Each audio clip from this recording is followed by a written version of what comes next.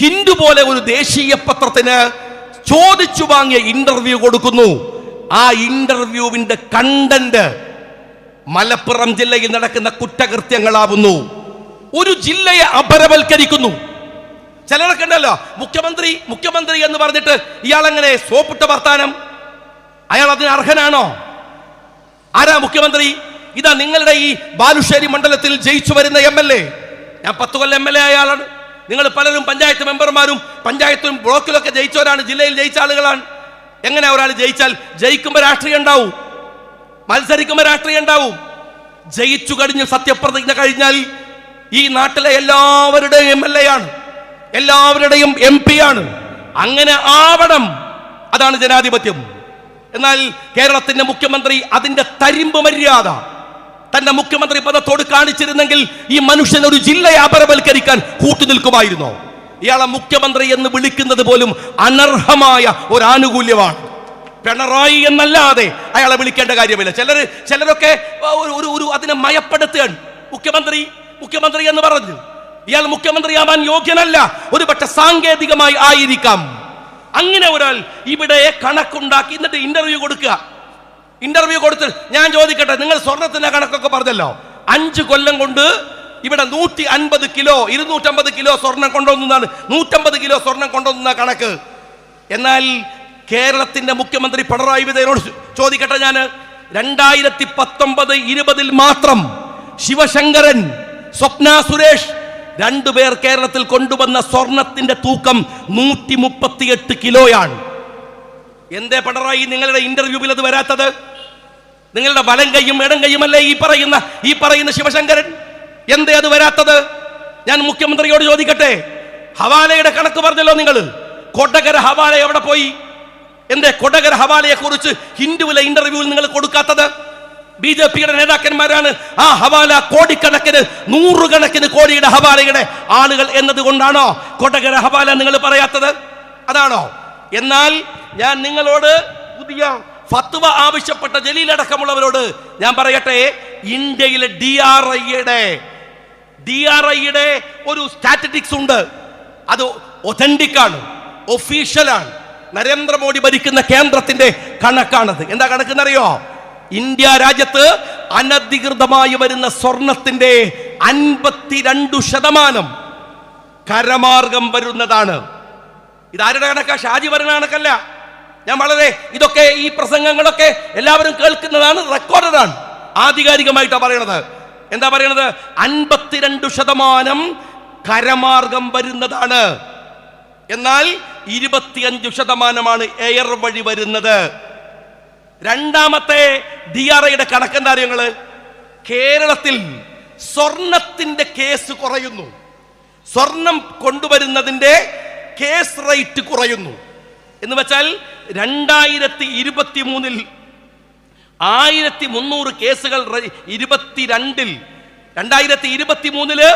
1300 കേസുകൾ രജിസ്റ്റർ ചെയ്തപ്പോൾ 2023 രജിസ്റ്റർ ചെയ്ത കേസ് 725. എന്നാ സ്വർണം കൊണ്ടുവരുന്ന വല്ല കുറവുണ്ടായിട്ടുണ്ടോ? ഇല്ല. അപ്പൊ സ്വർണം പിടിക്കാൻ പോലീസിന് വയ്യാഞ്ഞിട്ടല്ല, പിടിക്കുന്ന കേസുകളിൽ പോലീസ് ഒത്തുതീർപ്പുണ്ടാക്കി സ്വർണം അടിച്ചു മാറ്റുന്നു. ഇത് സർക്കാരിന് കിട്ടണില്ല. ഈ സുജിത് ദാസും കൂട്ടരുമൊക്കെ മലപ്പുറം ജില്ലയിൽ തമ്പടിച്ചതിന് ശേഷം ഈ സ്വർണങ്ങൾ കേസുകൾ രജിസ്റ്റർ ചെയ്യപ്പെടുന്നില്ല. അതാണ് വസ്തുത. അപ്പൊ സ്വർണം ഗവൺമെന്റ് പ്രതികളെ പിടിക്കാൻ നോക്കിയിട്ട് കിട്ടണില്ല, കേസ് ഉണ്ടാവണില്ല. അപ്പാണ് നമ്മളെ മുഖ്യമന്ത്രിയുടെ അരുമപുത്രൻ ജലീൽ പറയാൻ, മൂല്യന്മാരെ നിങ്ങൾ വയല് പറയും, അങ്ങനെങ്കിലും രക്ഷപ്പെടാൻ. എതിന് സ്വർണം കൊണ്ടല്ലേ എന്ന് വയല് പറയാൻ, വയല് പറഞ്ഞ് രക്ഷപ്പെടുത്താമെന്നാണ് പുതിയ അർത്ഥം. ഞാൻ ഈ ജലീല് ഈ പറഞ്ഞതിന്റെ ഒരു സാങ്കത്യം നിങ്ങൾ ഓർത്തു നോക്കിയോ? എന്താ അറിയോ നിങ്ങള്? ദിവസങ്ങളായി സുജിത് ദാസും അജിത്തും ഒക്കെ പറയുന്ന മുഖ്യമന്ത്രി ഏറ്റുപിടിക്കുന്ന ഈ മുസ്ലിങ്ങൾ മഹാകുഴപ്പക്കാരാണ്, അവർ വലിയ സ്വർണ്ണക്കടത്തുകാരാണ് എന്ന് പറയുന്ന വാചകത്തെ ബുദ്ധിപരമായി എൻഡോസ് ചെയ്യാൻ. മൊല്ലാക്ക് നിന്ന് മൂത്രമൊഴിച്ചാൽ കുട്ടികൾ നടന്ന് മൂത്രമൊഴിക്കണ്ടേ? അങ്ങനല്ലേ? പിണറായി വിജയൻ ഈ പണി നടത്തിയാൽ പിന്നെ അയാളെ അനുകൂലിക്കാൻ ഈ വാക്കല്ലേ ഇവന് കിട്ടൂ? അതല്ലേ ഇവന് പറയാൻ പറ്റൂ? അങ്ങനെ പറയുകയാണെങ്കിൽ ജീവിതകാലം മുഴുവൻ അടിമയായും ആടായും ജീവിക്കാൻ തീരുമാനിച്ചാൽ പിന്നെ അവൻ അങ്ങനെയല്ലേ പറയാൻ പറ്റൂ സ്വാഭാവികമായിട്ട്. എന്നിട്ട് രസം കേൾക്കണങ്ങൾ. അതിനേക്കാൾ രസമുള്ളൊരു കാര്യമുണ്ട്. മുഖ്യമന്ത്രിയുടെ ഒരു വാചകങ്ങൾ കൂടെ നിങ്ങൾ അതിനോട് ചേർത്ത് വായിക്കണം. എന്താ അറിയാതെ, ഈ പണം രാജ്യദ്രോഹത്തിനും ഭീകരവാദത്തിനും വിനിയോഗിക്കപ്പെടുന്നു എന്നാണ് ഹിന്ദുവിലുള്ള മുഖ്യമന്ത്രിയുടെ വാദം. എന്ന് വെച്ചാൽ ജലീൽ പറയുന്നത് ഈ സ്വർണ്ണക്കടത്തുകാരായ ഇവിടുത്തെ മുസ്ലിങ്ങൾ എന്റെ മുഖ്യമന്ത്രി പറഞ്ഞ പോലെ ഭീകരവാദവും തീവ്രവാദവും നടത്തുകയാണ് ഇവിടെ എന്നാണ്. അല്ലേ? അതാ പറയുന്നത്. ഇനി ഞാനൊരു കാര്യം ചോദിക്കട്ടെ. എടോ, ഇതിന്റെ പേരെന്താണെന്നറിയോ? ജലീലിനെ അറിയില്ല, ഞാൻ പറഞ്ഞുതരാം. ഇതിന്റെ പേര് കള്ളക്കടത്ത് എന്നാണ്. പിന്നെ അവിടെ എന്ത് മതടോ? പേരെന്നെ കള്ളക്കടത്താൻ. പിന്നെ അതിലെന്ത് ഫത്വ വേണ്ടത്? അതിലെന്ത് ഫത്വയാണോ വേണ്ടത്? പേര് തന്നെ പറയുന്നത് കള്ളക്കടത്താണ്. എന്തിനാ മതവിധി? ഇനി കള്ളക്കടത്ത്, ഞാനൊരു കാര്യം കൂടെ ചോദിക്കട്ടെ. ഈ കള്ളക്കടത്ത്, അഴിമതി, ഇതൊക്കെ ഒരു മതവുമായിട്ട് എന്താ ബന്ധം? കക്കുന്നോൻ ഇവിടുത്തെ ക്രിമിനൽ കോഡിനകത്ത് മാപ്പിളക്ക് വേറെ നിയമമുണ്ടോ? ഹിന്ദുവിന് വേറെ നിയമമുണ്ടോ? ക്രിസ്ത്യാനിക്ക് വേറെ നിയമമുണ്ടോ? എടോ, കള്ളന്റെ ഇന്ത്യയിലെ പേര് കള്ളൻ എന്നാണ്. അഴിമതിക്കാരന്റെ പേര് അഴിമതിക്കാരൻ എന്നാണ്. കൊള്ളരുതാത്തവന്റെ പേര് കൊള്ളരുതാത്തവൻ എന്നാണ്. എന്റെ ജലീലിനോട് ഞാൻ പറയട്ടെ, എന്റെ ഈ മുതലാളി ഉണ്ടല്ലോ പിണറായി വിജയൻ, അയാൾ എന്തൊക്കെ പറഞ്ഞാലും അഴിമതിക്കാരനാണ്. കമ്മ്യൂണിസ്റ്റുകാരനായ അഴിമതിക്കാരെന്ന് വേണേൽ ചേർത്ത് വിളിക്കാം. അയാളെ അഴിമതിക്കാരൻ എന്നാണ് വിളിക്കുക. അയാൾ ഹിന്ദുവായ അഴിമതിക്കാരൻ, മുസ്ലിമായ അഴിമതിക്കും കള്ളത്തരത്തിനും തോന്നിവാസത്തിനും തെമ്മാടിത്തരത്തിനും ഒരു പേരുള്ളൂ, ആ ചെയ്യുന്ന പണിന്റെ പേരാണ്. ഒരു മനുഷ്യൻ, ഇയാള് മന്ത്രിയായ ഒരു മനുഷ്യനല്ലേ? ബസ് മറിഞ്ഞു പോയാൽ രാവിലെ പത്രം എടുത്ത് വായിച്ചു നോക്കുക. ഓ, 5 മുസ്ലിങ്ങളാണ് ഇട്ടുള്ളൂ, 6 ഹിന്ദുക്കളുണ്ട്, 7 ക്രിസ്ത്യാനികളുണ്ട്. ആശ്വാസം. അടിയന്തരമായി ചികിത്സ കൊടുക്കേണ്ട മാനസിക രോഗമാണ് ഇവനെ പോലത്തെ ജന്തുക്കൾക്കുള്ളത്. അല്ല, ഇത് മാനസിക രോഗമാണ്, ഇത് ചെറിയ രോഗമല്ല. നാട്ടിലൊരു കുറ്റകൃത്യം ഉണ്ടായി, എടോ മെഡിക്കൽ കോളേജിൽ പോയി നോക്കടോ സമയമുള്ളപ്പോ. ആ CH സെന്ററോട് പറഞ്ഞാൽ മതി, അവിടെ പോയി കാണിച്ചു തരും. അവിടെ എന്താ രോഗം? കഫം, മലം, മൂത്രം, ഇതുമായിട്ട് ബന്ധപ്പെട്ട കുറെ ആളെ രോഗം. ക്യാൻസർ, തലവേദന, വയറുവേദന, അല്ലേ? ഹിന്ദു തലവേദന, മുസ്ലിം പിന്നെ എന്താണ് ക്യാൻസർ, ക്രിസ്ത്യാനി തലവേദന, അങ്ങനെ കേട്ടിട്ടുണ്ടോ? ഈ നാട്ടിൽ മനുഷ്യനുമായി ബന്ധപ്പെട്ട കുറ്റകൃത്യങ്ങളാവട്ടെ പ്രശ്നങ്ങളാവട്ടെ, അത് മനുഷ്യന്റെ പ്രശ്നമാണ്. അതെങ്ങനെയാണോ മതത്തിൻ്റെതാവുക? അതിനെങ്ങനെയാണ് മതത്തിന്റെ പേര് മതത്തെ ചേർത്ത് വെക്കാനാവുക? ഇനി ഞാൻ വേറൊരു കാര്യം പറയട്ടെ. ഇനി പള്ളിയിലെ മൊയിലാര് ഇനൊരു ഫത്വ ഇറക്കാത്തതാണ് പ്രശ്നമെങ്കിൽ, എടോ, ഫത്വയും ആയത്തും ഹദീസൊക്കെ കേട്ടാൽ മനുഷ്യൻ നന്നാവുമെങ്കിൽ ലോകത്തിൽ ആദ്യം നന്നാവേണ്ടത് KT ജലീലല്ലേ? നീ എത്ര ഫത്വ കേട്ടതാ? എത്ര വയല് കേട്ടതാ? ഏതെല്ലാം മതപഠന കേന്ദ്രങ്ങളിൽ ചേന്ദമംഗളൂരിൽ പഠിച്ചല്ലേ? മതസ്ഥാപനങ്ങളിൽ പഠിച്ചല്ലേ? അവിടെ ആയത്തില്ലേ? അവിടെ ഹദീസില്ലേ? അവിടെ ഖുർആനില്ലേ? അവിടെ വയലില്ലേ?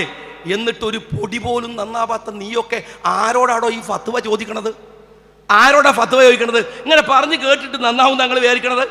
ഇനി ഞാനൊരു കാര്യം ചോദിക്കട്ടെ. ഈ ശിവശങ്കരന് ഈ സ്വർണ്ണം അടിച്ചു മാറ്റുമ്പോൾ ജലീലിനൊരു ഫത്വ കൊടുത്തുകൂടെയിരുന്നോ? ശിവശങ്കരോ, ഇത് തെറ്റാണ് അല്ലേ? ഇനി ഞാൻ ചോദിക്കട്ടെ, ഈ പൈസയൊക്കെ അടിച്ചു മാറ്റുന്ന പിണറായി വിജയന് ഏത് മതപണ്ഡിതനാണോ ഫത്വ കൊടുക്കുക? ഇയാൾക്ക് മതം ഉണ്ടാ? കക്കുന്ന മതല്ലേ അയാളത്? അഴിമതി നടത്തുന്ന മതല്ലേ അയാളത്? അയാൾക്ക് ഫത്വ കൊടുക്കാൻ പറ്റുമോ?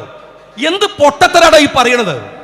ഏത് പൊട്ടത്തരമാണ്? ഒരു ഭാഗത്ത് ഇത് മുസ്ലിങ്ങൾ ചെയ്തതാണ് എന്ന് പറയാൻ വരുത്തുക, മറുഭാഗത്ത് ഈ പിണറായി വിജയൻ അടിച്ചു മാറ്റും ആര് ഫത്വ പറഞ്ഞിട്ടെന്താ?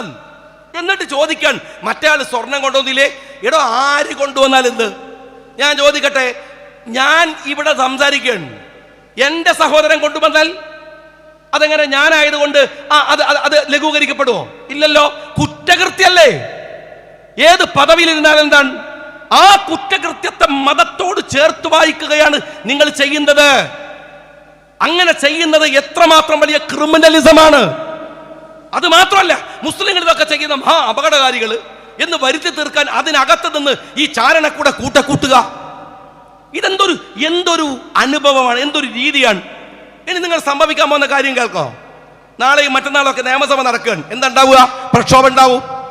മുഖ്യമന്ത്രി വളരെ മാന്യനായി അജിത്തിനെ മാറ്റും, അല്ലേ? DIGയെ മാറ്റും. DIGയെ മാറ്റിയ പ്രശ്നം തീരുമോ?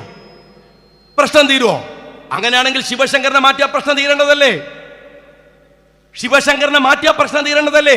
ശിവശങ്കരനെ മാറ്റിയപ്പോ അതിനേക്കാൾ നല്ല കുഫുവൊത്ത ഒരു കള്ളൻ ശശിനെ കൊണ്ടുപോയി അവിടെ വെച്ചു.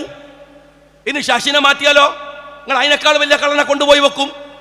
അജിത്തിനെ മാറ്റിയാലോ നിങ്ങൾ സുജിത്തിനെ കൊണ്ടുവരും. സുജിത്തിനെ മാറ്റിയാലോ അതിനേക്കാൾ വലിയ മൂരാച്ചിയായ വേറെ പോലീസ് ഓഫീസറെ കൊണ്ടുവരും. അതല്ലേ ചെയ്യാ? എടോ, മാറ്റേണ്ട ഒരുത്തനായി ഈ രാജ്യത്തുള്ളത് അത് ഈ അഴിമതി വീരനായ പിണറായി വിജയനാണ്. അയാളെ മാറ്റേണ്ടത്. ചികിത്സ വേരിനാ കൊടുക്കേണ്ടത്, കൊമ്പിനല്ല. വേരിനാ ചികിത്സിക്കേണ്ടത്, കൊമ്പിനല്ല. രാജ്യത്തെ സകലതിന്റെയും ഉടമ എന്ന് പറയുന്നത് ഇയാളാണ്, ഈ പറയുന്ന മനുഷ്യനാണ്. എല്ലാം എന്തിനു വേണ്ടി ഓർത്തു വെക്കണം നിങ്ങൾ. ഇതൊക്കെ മക്കൾക്ക് അനുഭവിക്കാൻ കഴിയുമെന്ന് പിണറായി വിജയൻ ഈ 76 വയസ്സുള്ളപ്പോ വിചാരിക്കുന്നുണ്ടോ? അങ്ങനെ ഉണ്ടെങ്കിലേ നമ്മളൊക്കെ ഈ നിങ്ങളെ കയ്യിലുള്ള കൊല്ലുന്നോലും കൊല്ലിപ്പിക്കുന്നവരൊക്കെ ഇല്ലേ, ഓല വെച്ചങ്ങ് തീർത്തേക്കണം. 10,000-കണക്കിന് ലക്ഷക്കണക്കിന് വരുന്ന കേരളത്തിലെ ജനങ്ങളെ കൊന്നു തീർക്കാൻ പറ്റുമോ നിങ്ങൾക്ക്? ഞാൻ ചോദിക്കാണ് പിണറായി വിജയനോട്. ഓർത്തോങ്ങൾ ഒരുപാട് ഭീഷണികൾ തന്നവരാങ്ങൾ, പീഡിപ്പിക്കാവുന്നതിന്റെ പരമാവധിയും പീഡിപ്പിച്ചവരാ നിങ്ങൾ, പ്രലോഭനങ്ങൾ തന്നവരാ നിങ്ങൾ. എന്നിട്ടും എന്റെ മുമ്പിൽ ഒരു രോമത്തിന് പോലും വിട്ടുവീഴ്ച നൽകാതെ ആൺകുട്ടിയെ പോലെ ഇങ്ങനെ നിൽക്കുന്നുണ്ടെങ്കിൽ ഓർത്തോ പിണറായി വിജയ, നിങ്ങളുടെ മക്കളും കുടുംബവും കൊണ്ടുപോയത് കക്കിച്ചിട്ടല്ലാതെ ഈ രാഷ്ട്രീയ ദൗത്യം അവസാനിപ്പിക്കൂല. ഭരണത്തിൽ അങ്ങ് പോയാൽ രക്ഷപ്പെട്ടെന്ന് വിചാരിക്കേണ്ട, വിദേശത്തേക്ക് കടത്താന്ന് വിചാരിക്കേണ്ട. രാജ്യത്തൊരു നിയമമുണ്ടെങ്കിൽ ഈ അതല്ലേ പൊതുപ്രവർത്തനം, അതിനല്ലേ ആളുകൾ ഇങ്ങനെ ഈ തെരുവോരത്ത് നിൽക്കുന്നത്. എന്റെ കാര്യത്തിന് മാത്രമാണോ? ഇവിടെ ലീഗ് വിളിച്ചപ്പോൾ നിങ്ങൾ വന്ന എന്താണ്? ലീഗ് ന്യായം ചെയ്യും എന്ന ബോധ്യമാണ്. പ്രതിപക്ഷ നേതാവ് വരുമ്പോൾ നിങ്ങൾ കേൾക്കണില്ലേ? നേതാക്കന്മാർ വരുമ്പോൾ നിങ്ങൾ കേൾക്കണില്ലേ? എന്താ കാര്യം? ഇത് വിശ്വാസം നിങ്ങൾ ഈ അഴിമതിക്കെതിരെയുള്ള പോരാട്ടത്തിൽ ഉണ്ട് എന്നതുകൊണ്ടാണ്. അത് നീതിപൂർവകമാകണ്ടേ? ഒരു മകളെ പോറ്റാൻ എന്തെല്ലാം അഴിമതി. പണ്ട് ഈ ഫ്രഞ്ചില് ഒരു ലൂയി 16 ഉണ്ടായിരുന്നു. അദ്ദേഹത്തിന്റെ ഭാര്യയുണ്ട്, ആൻഡറോണി എന്ന് പറയുന്ന ഭാര്യ. എവിടെ? ഫ്രഞ്ചില്. ഈ മനുഷ്യൻ എന്ത് ചെയ്തു? ഞങ്ങള് ഈ ലൂയി 16 ഭാര്യക്ക് വൈരപ്പതക്കം വാങ്ങാൻ ഒരു ടാക്സ് ഏർപ്പെടുത്തി. അങ്ങനെയുണ്ട്, ഭാര്യക്ക് ഇടക്കിടക്ക് വൈരപ്പതക്കം വാങ്ങണം. ഒന്നും വാങ്ങാനല്ല, അത് പിരിവെടുത്ത് കൊടുത്താൽ തീരൂലേ. ഇവക്ക് ഇങ്ങനെ വൈരം വാങ്ങിക്കൊണ്ടിരിക്കണം. അങ്ങനെ വൈരം വാങ്ങാൻ വേണ്ടി രാജ്യത്ത് ഒരു ടാക്സ് ഏർപ്പാട് ചെയ്തു. ചരിത്രത്തിൽ ആ ടാക്സിന്റെ പേരാണ് വൈരപ്പതക്ക വിചാരണ. അതുപോലെയാണ് കേരളത്തിലെ മുഖ്യമന്ത്രി പിണറായി വിജയൻ മോക്ക് വേണ്ടിയിട്ട് നമ്മളുടെ സകലമാന പൈസയും അടിച്ചു മാറ്റി കൊടുത്തോടുക്കുകയാണ്. നാളെ ചരിത്രത്തിൽ അതിനെ വീണ വിനോദം എന്ന പേരിൽ അറിയപ്പെടാവുന്ന ടാക്സാണ്. നമ്മൾ ആലോചിച്ച് നോക്ക്, എന്തൊരു സങ്കടമാണ്. ഫ്രഞ്ചിലെ ലൂയി 16 അതേ ചരിത്രഗതിയിലേക്ക് ഒരു പാർട്ടി വരികയാണ്. ഞാൻ പറഞ്ഞു വന്ന മാറ്റർ ഇത്രയേ ഉള്ളൂ. ഒരു ഭരണകൂടം, ഇതൊക്കെ വ്യക്തികൾ ചെയ്യുന്നെങ്കിൽ പ്രശ്നമല്ല, ഒരു പ്രസ്ഥാനം, ഒരു ഭരണകൂടം മനുഷ്യരെ തമ്മിൽ തെല്ലിക്കാൻ എന്തിനു വേണ്ടിയാണിത്? അധികാരം ഇത്രമേൽ അധികാരം ഉന്മത്തമാക്കുന്നത് എന്തു സങ്കടമാണ്. ഞാൻ പലയിടത്തും പറഞ്ഞിട്ട് എനിക്കതിൻ്റെ സങ്കടം പോവാത്തത് കൊണ്ട് ഞാൻ ഒന്നുകൂടെ പറയട്ടെ. അൻവറിൻ്റെ നിലമ്പൂരിലെ ആദ്യത്തെ യോഗം കാണുമ്പോൾ, ഞാൻ ആ യോഗം ഇങ്ങനെ അതിൻ്റെ അവസാന സീൻ ഞാൻ യൂട്യൂബിൽ ഇട്ട് കേൾക്കുമ്പോൾ എനിക്കൊരു വല്ലാത്ത നിസ്സഹായാവസ്ഥയും ഒരു സങ്കടവും ഒക്കെ എൻ്റെ ഇങ്ങനെ വന്ന് പൊതിഞ്ഞു കളഞ്ഞു. കാര്യം എന്താ വെച്ചാൽ, അൻവർ നമ്മളെയൊക്കെ ഇങ്ങനെ ട്രോളി നിയമസഭയിൽ എന്താണ് പിണറായിനെതിരെ ഞാനൊന്ന് സംസാരിക്കാൻ നിന്നാൽ അൻവർ ഒരു ചാട്ടാണ്. അൻവറിൻ്റെ ഭാര്യ ഷൗക്കത്തിനെ പറഞ്ഞാൽ പോലും അത്ര ദേഷ്യവും പിടിക്കൂല. പറഞ്ഞിരുന്നല്ല, സോറി, ബാപ്പനെ പറഞ്ഞാൽ പോലും ദേഷ്യം പിടിക്കൂല. അൻവറിനെ പറഞ്ഞു എൻ്റെ പിതാവിലെ പോലെയാണ്, ഇല്ലേ? ആ അൻവർ നിസ്സഹായമായി പറയുന്ന ഒരു കാര്യമുണ്ട്. പ്രസംഗം തുടങ്ങാൻ അൻവർ പറഞ്ഞു, ഞാൻ ഇന്നാളാ മോനാണ്, എൻ്റെ ബാപ്പ പാർലമെന്റിലേക്ക് മത്സരിച്ചിട്ടുണ്ട്, ദേശീയ സമരത്തിൽ പങ്കെടുത്തിട്ടുണ്ട്, എൻ്റെ വീട്ടിൽ നെഹ്റു വന്നിട്ടുണ്ട്, ഒക്കെ അഭിമാനത്തോടെ ഒരു മനുഷ്യൻ ഇങ്ങനെ ഓർക്കുക. എന്നിട്ട് പറയാണ്, എൻ്റെ ഉമ്മ 10-ലധികം ആളുകൾ പ്രസവിച്ച ഉമ്മയാണ്. നമ്മളൊക്കെ പഴയ കാലത്തെ ഒരു ഉമ്മ ഒരുപാട് പ്രസവിച്ച ഉമ്മയാണ്. അപ്പോൾ എനിക്ക് ആ ഉമ്മയുടെ മുലപ്പാൽ പോലും കുടിക്കാൻ അധികം പറ്റിയില്ല. ഞാൻ കുടിച്ചത് എൻ്റെ വീട്ടിലെ മറ്റൊരു സ്ത്രീയുടെ, ഒരു അമുസ്ലിം സ്ത്രീയുടെ മുലപ്പാട് കുടിച്ചാണ് വളർന്നത്. അങ്ങനെ ഒരുപാട് ചരിത്രം അതൊക്കെയാണല്ലോ നമ്മുടെ നാട്. മുലപ്പാൽ കുടിച്ചാണ് ഞാൻ വളർന്നത്. അദ്ദേഹം പറയാണ്, അങ്ങനെ ഞാൻ ജീവിച്ചത്. എൻ്റെ വീട്ടിൽ പണിയെടുക്കണ, എനിക്ക് ഭക്ഷണം വിളമ്പി തരുന്ന നാണി, ശൈലജ, എൻ്റെ ഡ്രൈവർ, എൻ്റെ ഗൺമാൻ, ഇവരൊക്കെ പേര് പറഞ്ഞിട്ട് പറയാണ്, എന്നിട്ടും നിങ്ങൾ എന്നെ വർഗീയവാദി എന്നാണോ പറയണത്? എനിക്കത് വല്ലാത്ത സങ്കടം തോന്നിപ്പോയി. ഇത്രമാത്രം സുതാര്യമായി ഒരു പൊതുസമൂഹത്തിൽ ജീവിക്കുന്ന ഒരു മനുഷ്യൻ, ഇപ്പോഴും ഇടതുപക്ഷത്തിന്റെ MLA ആയ ഒരു മനുഷ്യൻ, അവസാനം അയാൾ പറഞ്ഞ എന്താണ്? അഴിമതിയെ കുറിച്ചല്ലേ, മുഖ്യമന്ത്രിയുടെ പോലീസിന്റെ ധാർഷ്ട്യത്തെ കുറിച്ചല്ലേ? അത് പറയാൻ ജനാധിപത്യ രാജ്യത്തിൽ അവകാശമല്ലേ? അത് പറഞ്ഞതിന് ആ മനുഷ്യൻ വിശദീകരിക്കുന്നത് ഞാനൊരു മതേതരവാദിയാണ്, എന്നെ നിങ്ങൾ വർഗീയമെന്ന് വിളിക്കല്ലേ എന്നാണ്. ഇങ്ങനെയാണോ നിങ്ങൾ പെരുമാറുന്നത്? ഞാൻ മുസ്ലിം ലീഗുകാരനാണ്, ജനിച്ച കാലം മുതൽ MSF യൂത്ത് ലീഗ്, ആ ലീഗിൽ അടിയുറച്ചു നിൽക്കുന്ന ഒരാളാണ്. ഞാനൊരു മുസ്ലിമുമാണ്. ഞാൻ MLA ആയിട്ടുണ്ട്, പൊതുപ്രവർത്തനത്തിൽ ഒരുപാട് നിന്നിട്ടുണ്ട്. ഞാൻ അൻവറിനോട് പറയട്ടെ, എൻ്റെ മുഖത്ത് നോക്കിയിട്ട് ഒരുത്തനങ്ങാനും വർഗീയവാദി എന്ന് പറഞ്ഞാൽ പൊതുയോഗത്തിന് സ്റ്റേജിൽ കയറൂല. ഓൻ്റെ മോന്തടിച്ച് പൊട്ടിച്ചിട്ട് എന്ത് കേസ് വന്നാലും പിന്നെ ഞാൻ സ്റ്റേജിൽ കയറൂ. മനസ്സിലായി ഞങ്ങൾക്ക്? അതിന് ഒരുത്തൻ്റെ സഹായം വേണ്ട. ഓനെ തിരിച്ചടിച്ചാലും എൻ്റെ അടി ഓൻ ആദ്യം കൊണ്ടിരിക്കും. എടാ, ഇതെന്തൊരു സങ്കടമാണ്. ഷൗക്കത്തിന്റെ മകനാ അൻവർ. ഷൗക്കത്തിന്റെ മകൻ പാർലമെന്റിലേക്ക് മത്സരിച്ച, അഭിപ്രായ വ്യത്യാസം രാഷ്ട്രീയമായിട്ടുണ്ടാവാം. എടോ, ഈ അൻവറെ നിന്റെ പിതാവിനെ അറിയില്ലെങ്കിൽ പിതാവിന്റെ പിതാവിനെ നോക്ക്. സ്വാതന്ത്ര്യ സമരത്തിൽ പങ്കെടുത്തിട്ടുണ്ടാവും. 921 ഇങ്ങനെ പാട്ടയെ പോലെ ചത്തു വീണ കുറെ ആളുകൾ, മരിച്ചു വീണ കുറെ ആളുകൾ ഈ ബ്രിട്ടീഷുകാർക്കെതിരെ പൊരുതിയിട്ട്. 947 ഇന്ത്യ സ്വതന്ത്രമാകുമ്പോ എല്ലാവർക്കും അതിൽ പങ്ക്. ഇവിടുത്തെ ഒരു മതത്തിനിടയിൽ കുഴപ്പമുണ്ടാവരുത് എന്ന് പ്രാർത്ഥിച്ചതിനാണ് ഗാന്ധിയെ കൊന്നുകളഞ്ഞത് ഇവിടുത്തെ സംഘപരിവാർ. അറിയോ നിനക്ക്? നമ്മളുടേതാണ് ഈ മണ്ണ്. CH മുഹമ്മദ് കോയ സാഹിബ് പറയുന്ന ഒരു കാര്യമുണ്ട്, സംശയമുണ്ടോ? ഈ മണ്ണെടുത്ത് മണത്ത് നോക്കണോ? ഞങ്ങളുടെ പിതാമഹന്റെ ചോര ഇവിടെ ഉണ്ടാവും, ഈ രാജ്യത്തിന് വേണ്ടി ചിന്തിയ ചോര. അൻവറേ, നിന്നോട് മതേതരത്വം പറയാൻ വന്നോനെ, മണ്ണിലേക്ക് അമർത്തി മോന്ത വരച്ചു കൊടുക്കണം. അപ്പൊ അവന് മനസ്സിലാവും മണ്ണിന്റെ മണത്തിൽ മാപ്പിളയുടെ കൂടി ചോരയുണ്ടെന്ന്. അറിയോ നിനക്ക്? ഇനി മറ്റൊന്ന് ഞാൻ ചോദിക്കട്ടെ, അൻവറിന്റെ മതേതരത്വം ചോദ്യം ചെയ്യാൻ ആരാടോ ഈ കള്ള കമ്മ്യൂണിസ്റ്റുകൾ? ഇവർ ഈ രാജ്യത്തെ ഒറ്റുകൊടുത്തോരാ, ക്വിറ്റ് ഇന്ത്യ സമരത്തെ ഒറ്റുകൊടുത്തോരാ. ഇവിടുത്തെ RSSകാരനും കമ്മ്യൂണിസ്റ്റുകാരനും ഇന്ത്യൻ സ്വാതന്ത്ര്യത്തെ കുറിച്ച് പറയാൻ എന്താ അർഹത? നിങ്ങൾ പറ. ഈ രാജ്യം നിന്ന് പൊരുതുമ്പോ, രാജ്യം ഇവിടെ സമരങ്ങൾ ചെയ്യുമ്പോ ഈ നാടിനെ ഒറ്റുകൊടുത്തവർ അവരാണോ മതേതരത്വം ചോദ്യം ചെയ്യണത്? CH പറഞ്ഞിട്ടില്ലേ, നിന്റെ ഒക്കെ ഈ കൂറോമീറ്റർ ഉണ്ടല്ലോ സഖാവേ, അത് ആപ്പീസ് കൊണ്ടുപോയി വെക്കണതാ നിനക്ക് നല്ലത്. ഞങ്ങളുടെ ഇടയിലേക്ക് ഈ കൂറോമീറ്ററുമായിട്ട് നീ ഇറങ്ങരുത്. അൻവറിനോട് ഞാൻ പറയണു, സങ്കടകരമാണ്. സ്നേഹമുള്ളവരെ, രാഷ്ട്രീയത്തിൽ ഒതുങ്ങി നിൽക്കുകയല്ല, പൊരുതി നിൽക്കുകയാണ് വേണ്ടത്. രാഷ്ട്രീയത്തിൽ ഒതുങ്ങി നിൽക്കുകയല്ല, പൊരുതി നിൽക്കുകയാണ്. നിങ്ങൾ രാഷ്ട്രീയം മറക്കരുത് എന്ന് നിങ്ങളുടെ ഓഫീസിനെ കുറിച്ച് ഞാൻ പറഞ്ഞു. മറക്കാതെ സക്രിയമായ രാഷ്ട്രീയത്തെ കണ്ടില്ലേ നിങ്ങൾ? ചിലരൊക്കെ കണ്ടില്ലേ നിങ്ങൾ? പത്രക്കാരൻ വിളിച്ചു വരുത്തിയിട്ട് പറയും, ഞാൻ ഇന്ന് പറയും എന്ത് പറയാ, ട്രിക്കാണ്. അടിമ ജീവിതം നയിക്കുന്നവനോട് മുമ്പിൽ പൊരുതി ജീവിക്കുന്നവരായി നിൽക്കാൻ നിങ്ങൾക്കൊക്കെ കഴിയണം. അതിന് കഴിയുന്ന തരത്തിൽ രാഷ്ട്രീയത്തെ പരുവപ്പെടുത്താൻ നിങ്ങൾക്ക് സാധിക്കട്ടെ. അഭിവാദ്യങ്ങൾ ഉദ്ഘാടനം ചെയ്ത് അറിയിക്കുന്നു. ജഹൻ.